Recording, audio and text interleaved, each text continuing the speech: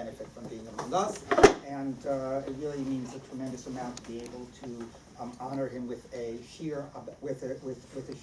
I also want to thank, of course, Rabbi Shmuel Hertzfeld, first of all, for the amazing work he does for Klal Yisrael, but also he wants to, okay, but and for the whole family for really initiating and sponsoring this shir. So as Shavuos is around the corner, and as of course as I've just mentioned, this is really about the importance of Talmud Torah. I thought that would be a wonderful opportunity to learn about the aspect of the nature of Birkat Torah, because Birkat Torah gives expression to our relationship to Torah and to Talmud Torah. So it not only connects, of course, to the event of today, but to Shavuos, which is just around the corner, Man Matan Torasenu. And there's a very halacha l'maaseh part of this question, which comes up every single Shavuos, which is, if you're up the entire night learning, comes the morning for Birkas HaShachar, do you make Birkas HaTorah or not? Do you make Birkas HaTorah when it's the next day, even if your learning has been constant? And this question gets to the heart of what Birkas HaTorah is about. So if we take a look here at the sources, if you have them in front of you, we'll start with the Magin of Hilchos Shavuos. And here's what he says. He says, the Inyan Birkas HaTorah, Ani Mesupak, this is right here in Hilchos Shavuos. I have a doubt. Simin Mem Zayin, going back to earlier, because of the Avin Lamad B'Layla, Ein Tzarech Levarech, Chol Man Shelo Yishan. Mashma Di'im Neiur Kol HaLayla, Ein Tzarech Levarech, B'Yom Shel HaTorah. Shulchan Aruch says that if you haven't slept, you don't make a Birkas HaTorah. It sounds like if you're up the whole night, you don't make a Birkas HaTorah in the morning. But he says, but this is miu kasha. This is difficult.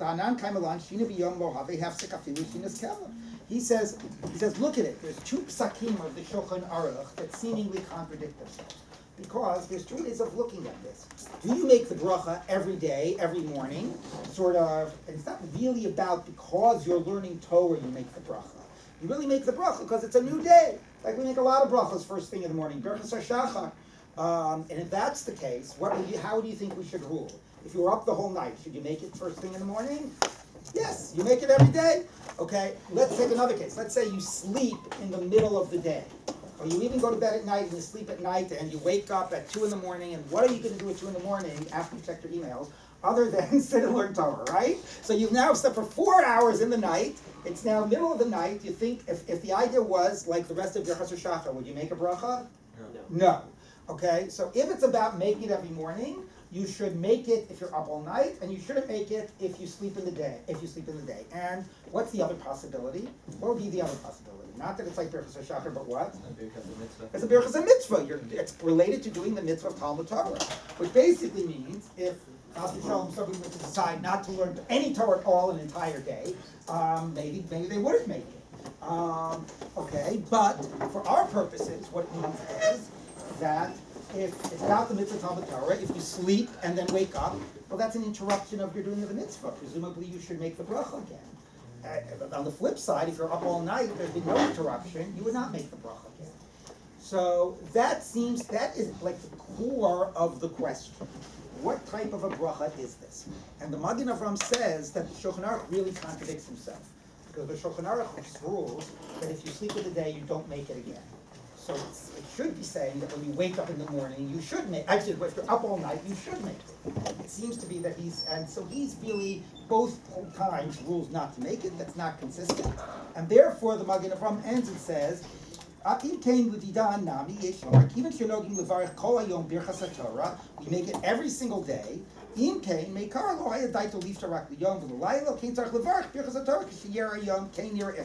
So he says you should make it in the day, even if you're up the whole night. It's like a Birkas HaShachar.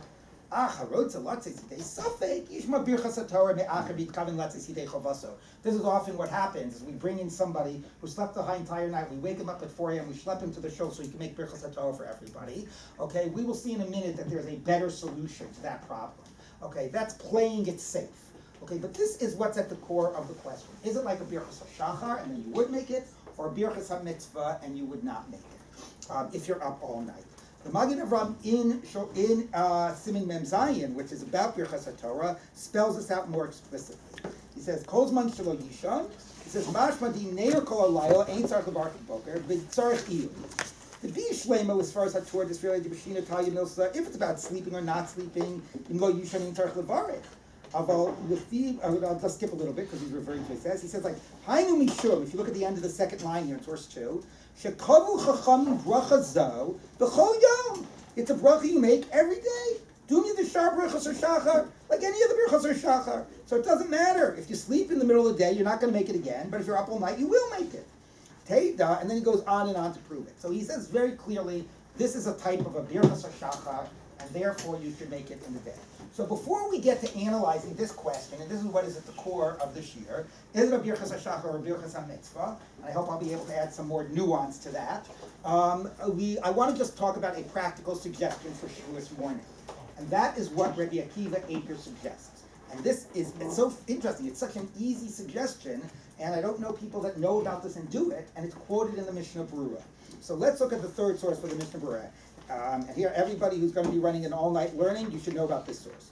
He says, "V'im haya ner kol halayla." If you're up all night, yeshomim ain't tzarich levarich b'boker, yeshomim tzarich levarich. Okay, debate.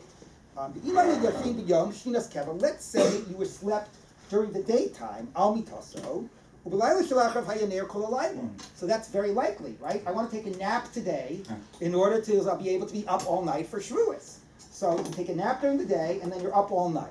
So Pasuk Agon Rabbi Akiva Eiger, so Rabbi Akiva says, okay, why do you think that is? Can anybody figure this out? It's like a little riddle. Why, if you sleep in the day and you're up at night, would you definitely make Birkas HaTorah?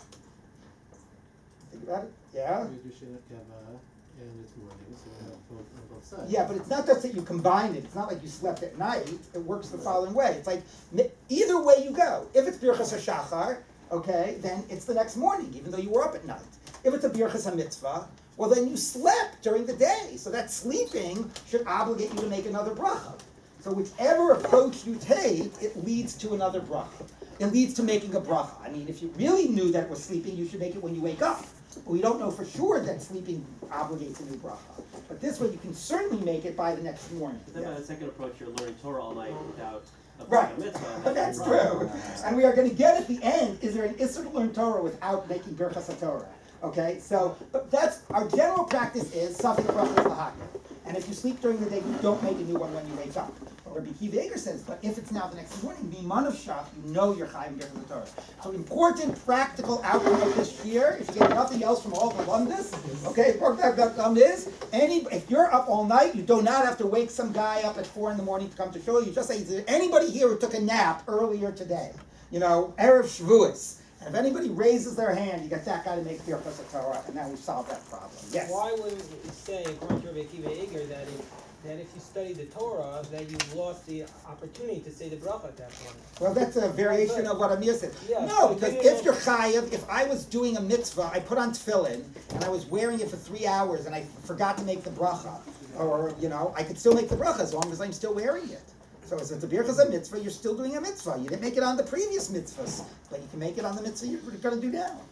That doesn't exclude you from doing it now. So now what I want to do is would you be allowed to have the nap planned? What? Would you like to is it the only thing you could do b'diavad, or you could ask someone to take a nap? I think you would. I think if you weren't afraid, I think you could do it. I mean, it's not. I think it's a better solution than waking some guy up in the middle of the night.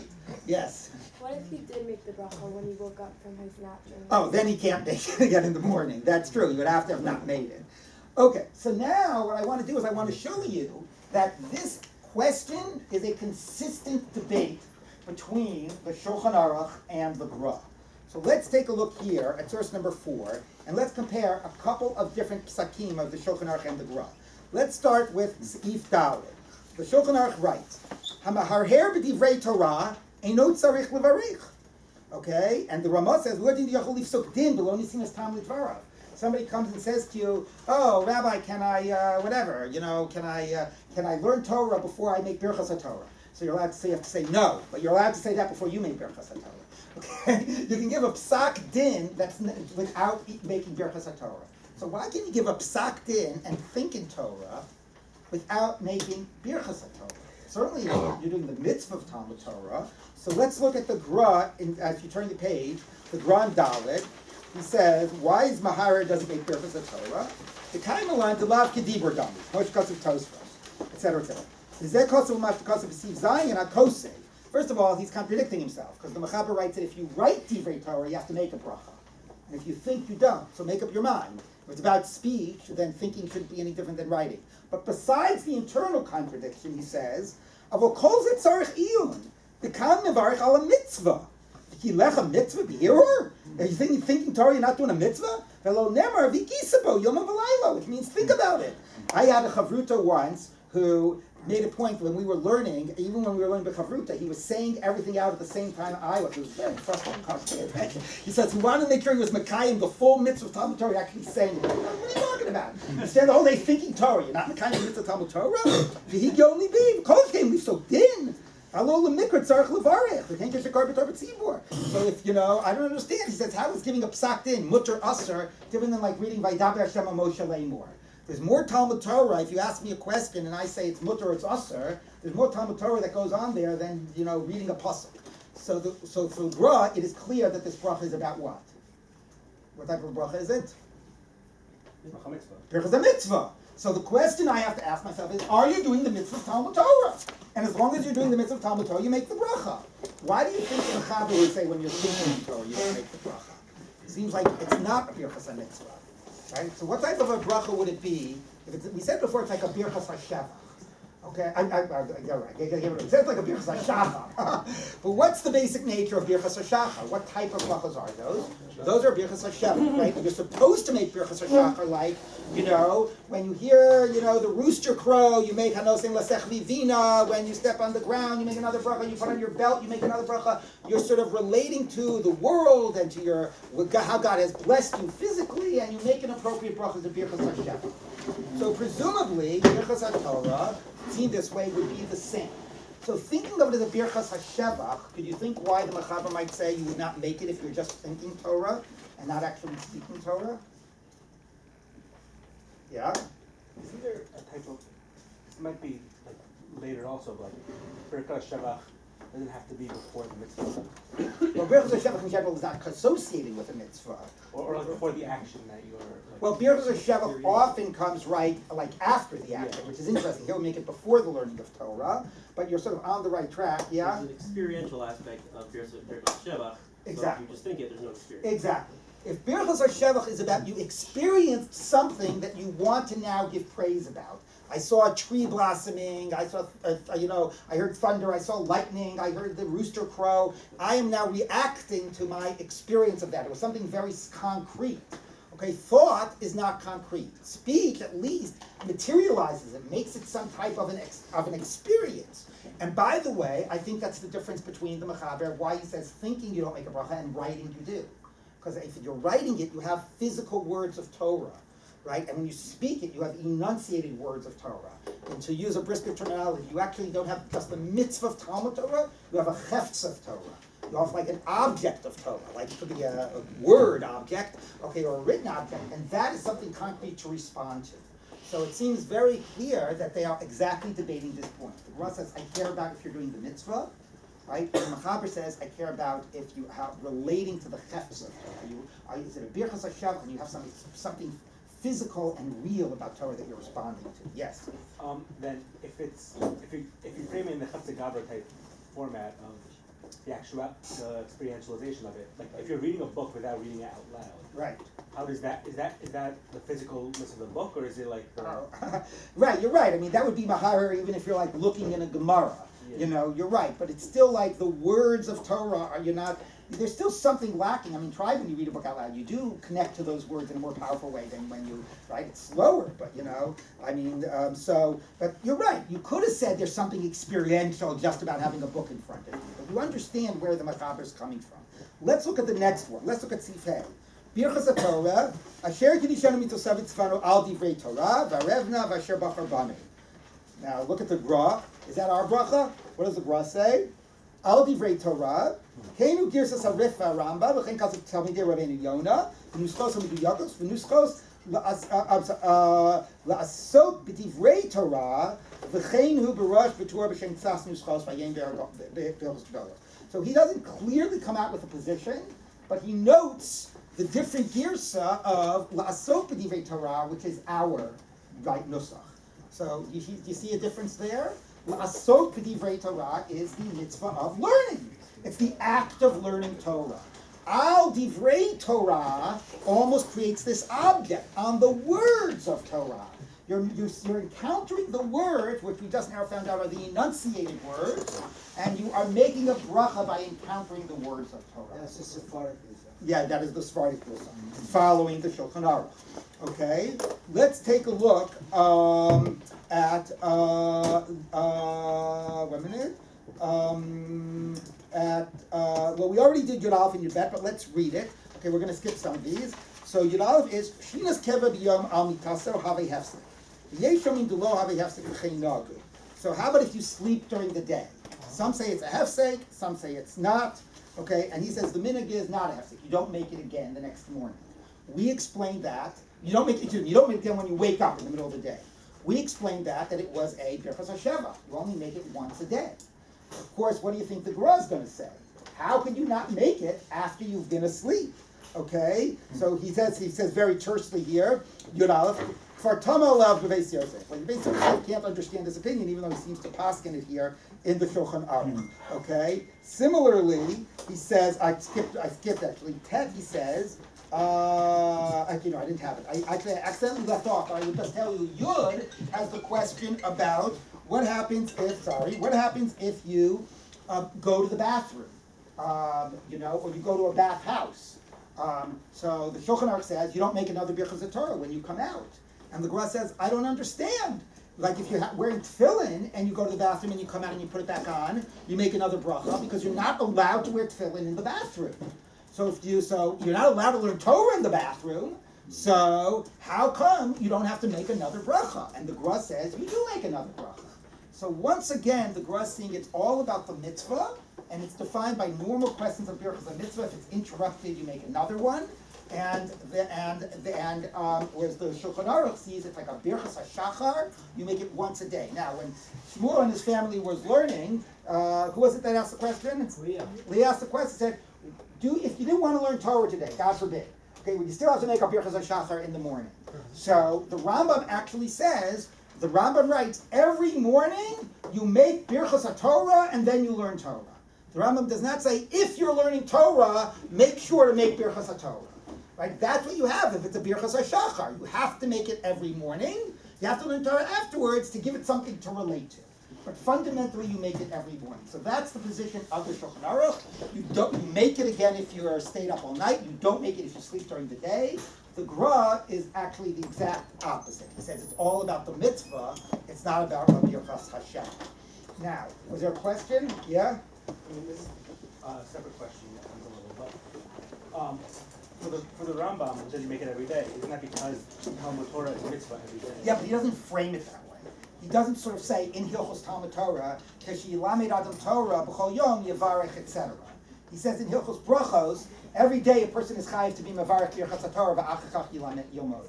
So it's the framing that makes it that the chiyuv is Birkas HaTorah, not that it's created through the learning of Torah, which very much follows the Shulchan Aruch. Now, by the way, so it's look, this is a debate, and both positions are possible, as we're going to discuss in a minute. Not just are they theoretically possible, but they actually reflect the different brachos in Birkas HaTorah. So, so it could just be, obviously some poskim will take one approach, some will take another. But I do wonder a little bit if maybe this is a little bit reflects some of the Gra's elitism as opposed to the Shulchan Aruch's more sort of popularist approach, right? Because if it's about like the learning of Torah, and that's what the bracha is about, right? So, there's that learning is where there's a whole hierarchy, right? There's really strong learners, and then there are weak learners, and people that maybe read and don't even understand what they're learning, right? And the focus is on the importance of learning Torah, and that's the focus of what Torah is about. But, not everybody can learn at the highest level, and some people, they try to connect, they can appreciate what the Torah is, even if they can't really understand so well. And if you say the bracha is not on the learning of the Torah, it's on, giving thanks for the fact that we have the Torah, it's al divrei Torah. Just connecting to a pasuk, like looking at a pasuk, saying the words, even if not fully understanding them, right? that's everything. Everybody can acknowledge that importance of God having given us the Torah and what the Torah means to us, and gives that bracha.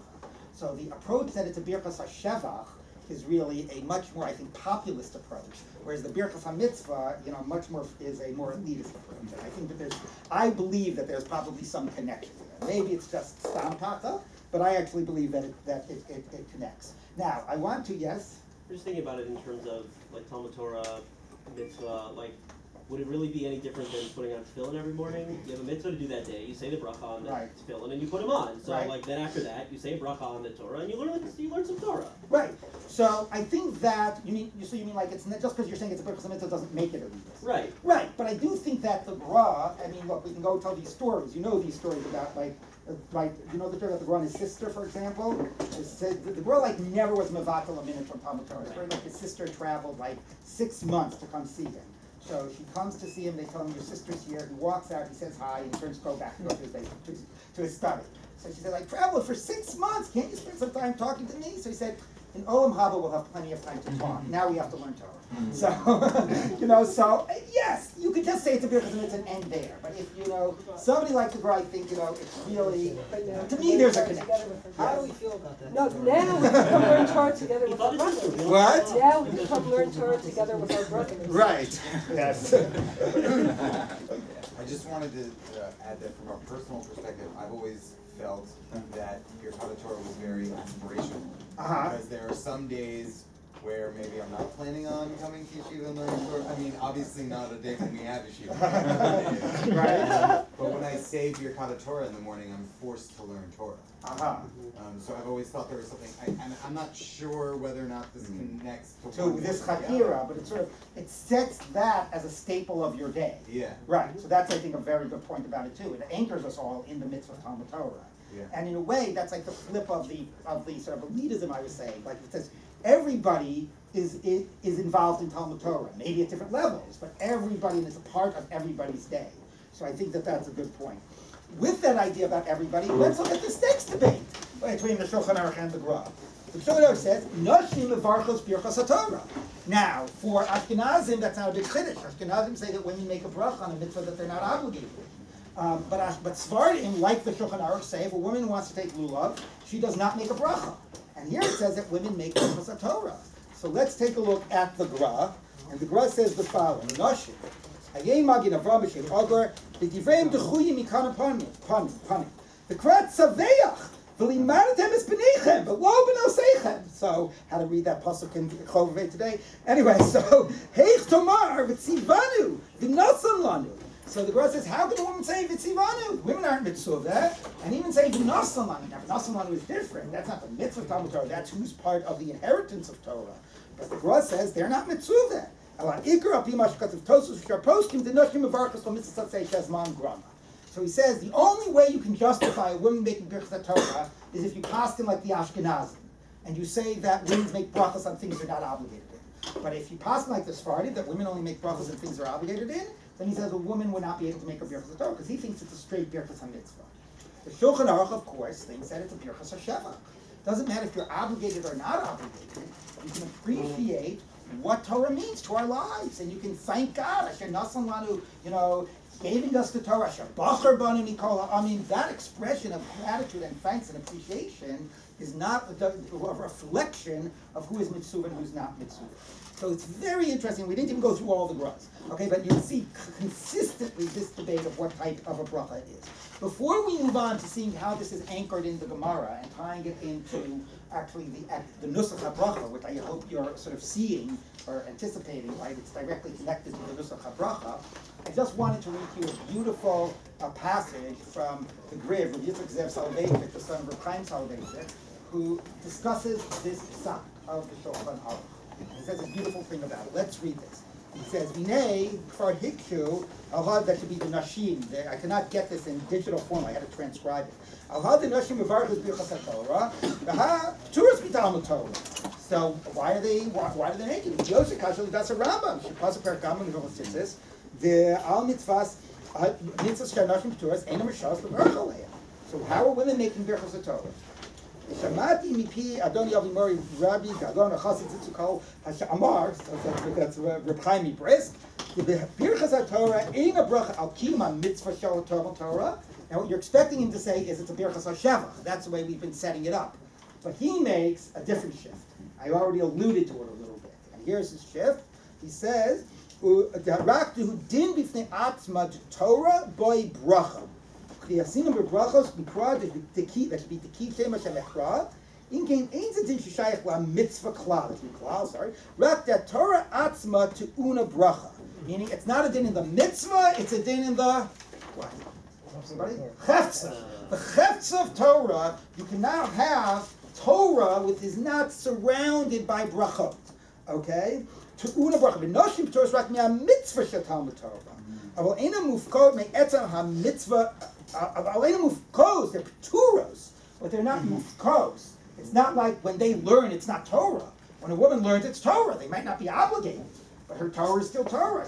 When women learn, it's still a chefz of Torah. They're making a bracha not because of the mitzvah they're doing, but because the Torah itself is a Torah that is framed by the brachot. So what does that mean? It's a very nice lumnus. It's a din of the chefza, not in the maaseh. But what does that mean that the Torah is framed by the Birkas HaTorah? So what I'd like to do is actually take a moment here to pause and to compare this to another thing that we have that is very similar. Because one of the questions that we need to be asking, right, of course, is that it's not just a Birkas HaMitzvah, not a Birkas HaShevach, because you've got both things. Asher Kvisha Mitzvah Mitzvah L'Asot Divrei Torah. And then you say, Bachar Bani Mikol Amim, Benazlan Lanu, Taras Emes, V'chayel Nachem B'Cheinu, right? So you have the bracha that's both the Shevach and the Birkas HaMitzvah. So how are these sort of like working together in general, and what does this idea mean, right, that the idea that the Talmud Torah requires the framing of these brachot? So here I think an interesting parallel is Birchas Kriyas Shema. It's interesting in a couple of ways. Well, I'll just tell you my thesis right at the outset.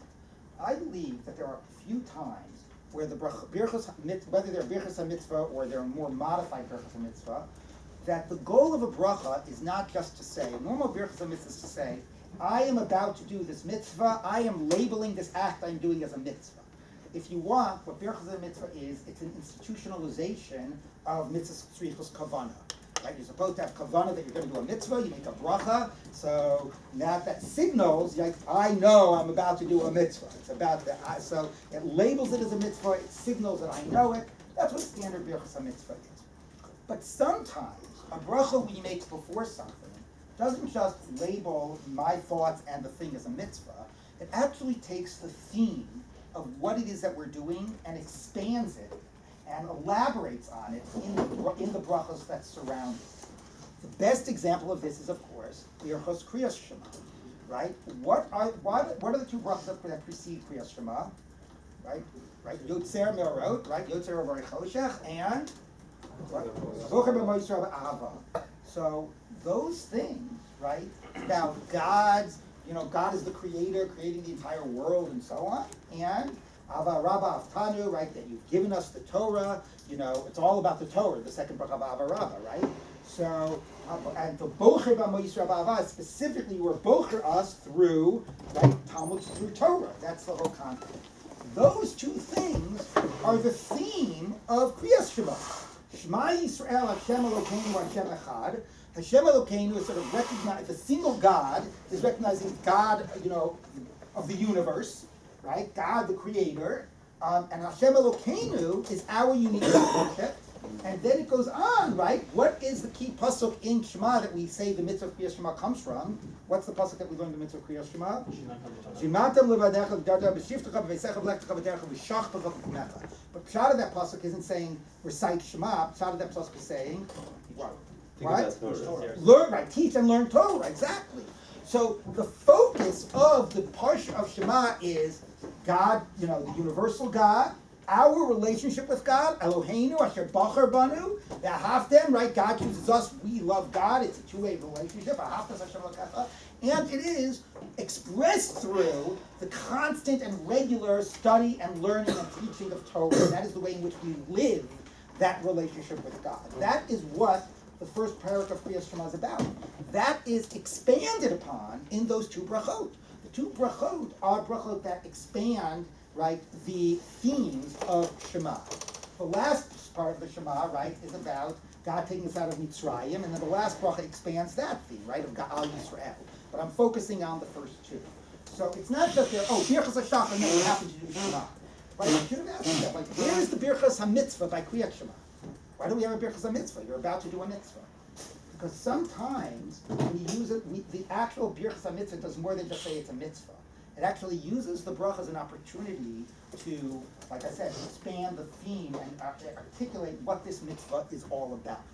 I think that happens particularly when it's a mitzvah of speech. Because when it's a mitzvah of speech, saying a bracha integrates with the mitzvah that comes, right? It's not like you have a bracha and then you have a shaking of a lulav. You have a bracha and then you have a putting on of tefillin. Then it's obviously something separate. But you say the bracha and then you say Shema, or you say the bracha and then you learn Torah. It's all connected in the speech.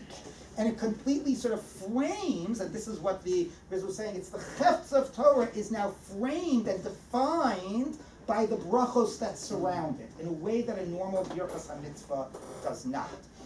So I think that that's clearly what goes on in Kriyat Shema. Significantly, I think people know, and this is not what we're studying today, that Birchas Kriyat Shema can count possibly as Birchas HaTorah. And people know that, right? If you forgot to say Birchas HaTorah, you had Kavanah when you said Birchas Kriyat Shema, question if you have to learn Torah right after you finish Shemon Esrei for it to count. But that's because that second bracha is basically a long Birchas HaTorah. It's about a Shebachar Banu. That's what that second bracha is. And that's the theme of Shema. So Shema itself, you have that. The brachos of Shema are brachos of elaborating it. And you have it by Birchas HaTorah as well.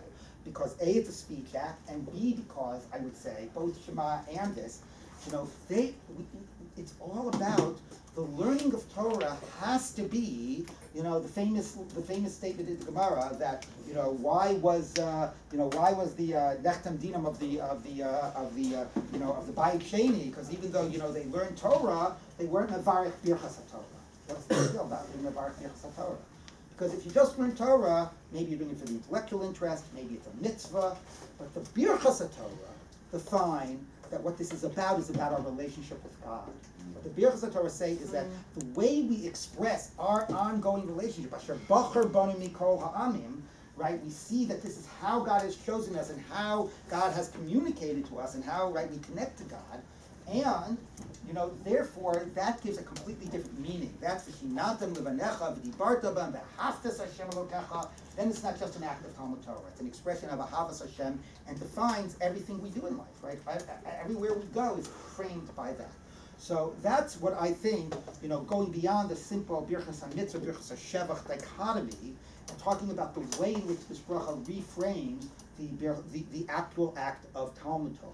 So I want to say one more thing about that, and then maybe we'll look at a few more sources, but this here is my big finish.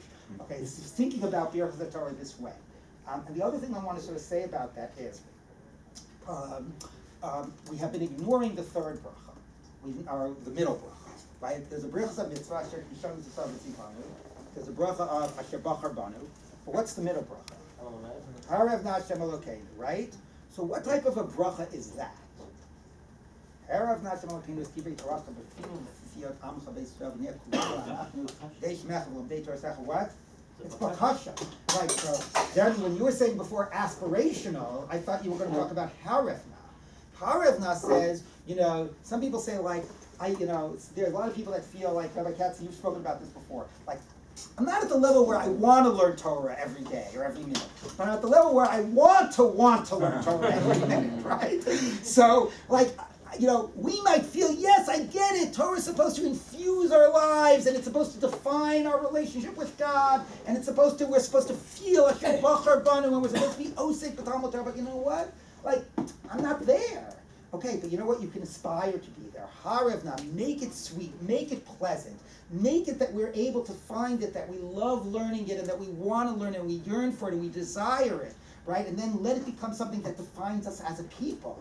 It says, Amcha Beit Yisrael, Kulanu Yodei Shemecha. This should be our identity as a people. We should be an Am HaTorah. That should define who we are. That's a sense of aspiration. And what I think that is part of that is also, is that Torah is, a relationship goes two ways. So some say tefillah is you're speaking to God. When you learn Torah, God is speaking to you. But I would say it a little bit differently. I would say when you're learning Torah, you're in a two-way relationship. You're having a conversation both ways, right? You're learning, and the beauty of Torah Shabbat Peh is, and then you're expressing your own thoughts and your own creativity, and you're arguing. You say, "What do you mean? This is crazy. This doesn't make any sense. How am I supposed to understand this?" And that you're engaged in a dialect and in a dialogue with Torah, and it's a two-way relationship. Asher Bachar Banu is God. You've given us the Torah. Harev Na Hashem Elokeinu is we want to be part of that relationship. We don't just want to receive. We want to constantly be yearning and longing and learning, and learning and engaging in it and sort of and giving back, what we get. So I believe that the Birkat HaTorah, understood this way, is yes, it's a mitzvah, but it's a mitzvah. What we're really expanding and framing what Talmud Torah means in our lives. And it's sort of the chefza of Talmud Torah, that now is expanded and explicated in this way.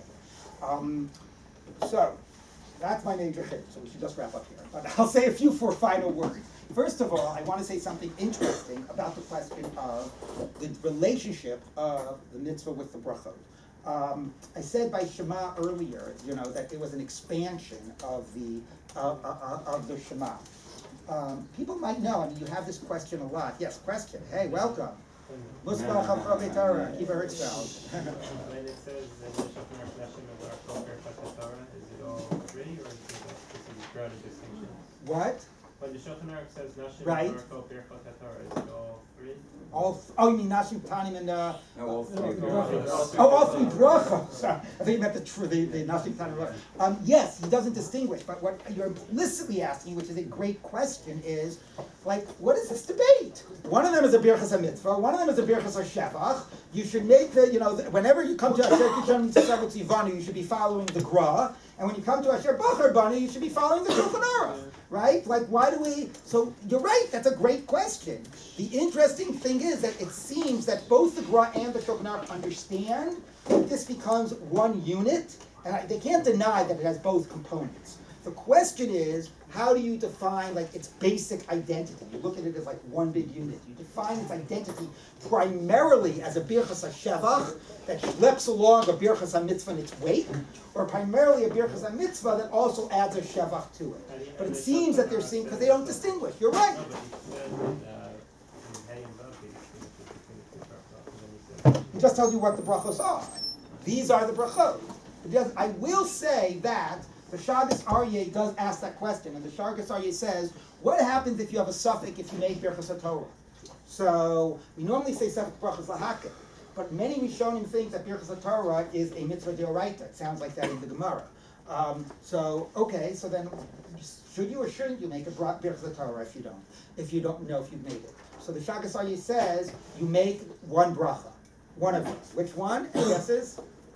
This is the debate. This is really the debate, which is the ikar. So he says, Asher Bachar Banu. That's the one bracha that you make. Because the pasuk that we learn out Birchas HaTorah from, and this is why I really think that the Shulchan Aruch is right and the Gra is wrong, is that the pasuk we learn it out from is, this was referenced in the Gra, Kishem Hashem Ekra, Hagu Godel Elokeinu.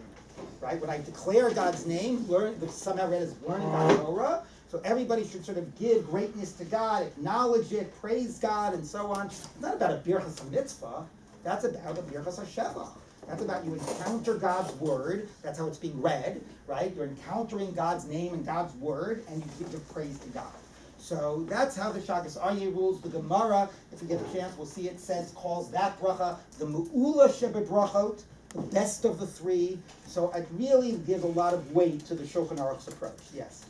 If it's a Doraita and it's a Birkat Shevach, that's a Doraita, then women, it should be Doraita for women if it's a... To make it as well. If it's a Birkat Shevach. Right. Not Yeah, that's a good point. Within those that say that it's within the psak of the Shulchan Aruch that women make it, and it's ironic. Women don't have a mitzvah to learn Torah, but they might have a mitzvah to make Birchas HaTorah as a Birchas HaShevach of recognizing the gift of the Torah. I have to see if that's discussed, but you're right, that would logically follow. I don't know anybody that says explicitly not that way. I mean, the Gra would say not that way because he sees it as a Birchas HaMitzvah. But from within this approach, you could very well be right. Excellent. So let me just say one point about this sense about seeing this as an expansion and not just something separate. So I said it by Shema, so many people probably know, this probably has come up, right? Particularly on Shabbos. Okay, the Shil's davening is at 9 o'clock, okay? And that's off after Zman Kriyas Shema. So, should I daven like Shema by myself at home? I certainly have to minimally say it at home, right? Because I'm going to miss it if I wait to Shul. But maybe what I should do is I should say it at home and just do all, Shema with the brachos and Shemona Esrei, because now you have a question about saying Shema without the brachos of Shema. And we all understand that that's a lesser kiyum in the mitzvah of Kriyas Shema. It's not just a mitzvah, it's not just part of Birkat Shabbat to say those brachos. It's Kriyas Shema bibirchotecha. That is what it means to do the full kiyum of Kriyas Shema. So for example, Rambam rules in Hilchos Brachos, Hilchos Kriyas Shema, I think it's Bet Yud Gimel. He says, Safik Kara Kriyas Shema, Safik Lo Kara Kriyas Shema. You don't know if you read it. He says you reread it with the brachot. But the same Rambam Paskins, if you don't know if you took a lulav, you take it and you don't make the bracha of the mitzvah. Because Safik Brachos Lahakel. So why do you make the brachos on Shema if you're Safik Brachos Lahakel? And he says, no. That is part of the mitzvah of the Shema, because it is exactly expanding what the Shema is about. And the same thing, comes up with the issue about the Birkat HaTorah, right? That the Medrash I quoted before. You don't learn Torah with its brachot. It's a different type of a Talmud Torah. It's not just that you didn't do the mitzvah of the brachot.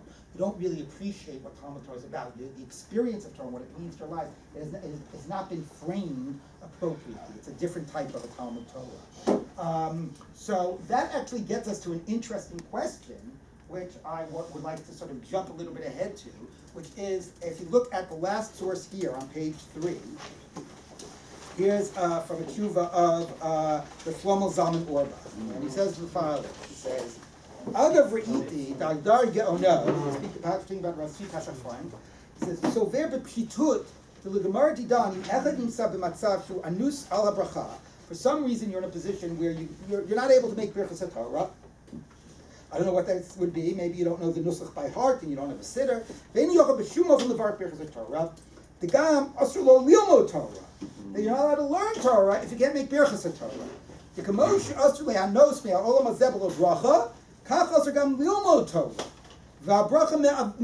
Now stop there. What is he thinking Birkas HaTorah is? Birkas Nenim. Someone say the Harevna is about the pleasure that you get from learning Torah. So he thinks that that's a bizarre idea, because we always say it has to be like real physical hana, but he wants to conceptualize it as a way of allowing us to learn Torah and get that amazing pleasure. So if you learn without making the bracha, it's a geneva. Exactly. You're violating. You're being nenem, you know what you're doing? You're being nenem in olam haba below bracha. Right. Geneva from it. Exactly. Okay. Mishum de kishem tasel hamas melam zebel bracha kachas limud Torah. Bracha me'akeves limudu l'chashiv mitzvah el aveira. Okay, so that's pretty heavy. Now I wouldn't say it's a birkas haneni, but I would say that it's a very different relationship to the Torah. That when we frame it with the Birkat HaTorah, it changes our relationship. It's a different type of a Talmud Torah. He says, "V'hu chidush gadol." Sharei lo matzinu. Now this is what Shlomo Zalman talking about. Sheyomu chazal she'asu lasos mitzvah below bracha. Even if so he's now going to the Birkas HaMitzvah. K'mosh amulin in Birkas HaNanim. V'lami yipatum with imu Torah yosher choshem. You call it mitzvah Shem Torah. Glazeshem yodei levarich. If you had a lulav and you didn't know the nusach habracha, would you say don't take the lulav? So okay, you do it without the nusach habracha. I might find myself somewhere between the two. I don't think there would be an isser to learn, okay, but I don't think it's just a birkas mitzvah that you didn't do the bracha, but you did the mitzvah 100%. I would say it's like you did Shema without the brachot. You didn't do the Talmud Torah 100%. It's a different type of a Talmud Torah if it doesn't come with that framing and recognition.